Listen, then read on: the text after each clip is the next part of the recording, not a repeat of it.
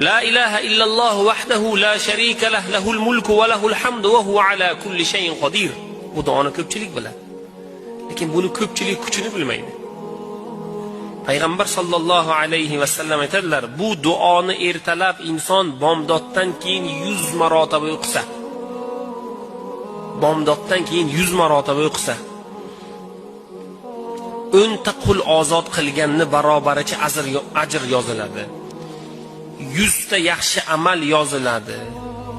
Undan 100 ta yomonlik ketadi. Gunohlar o'chiriladi. To kechga kirguncha paytda Alloh taoloning himoyasida bo'ladi. Va undan afzalroq kishi bo'lmaydi. Alloh taolo uni jinlar, shaytonlar, sehrdan, jodudan, issiq sovuqdan, har baloyu ofatdan Alloh panohida saqlaydi.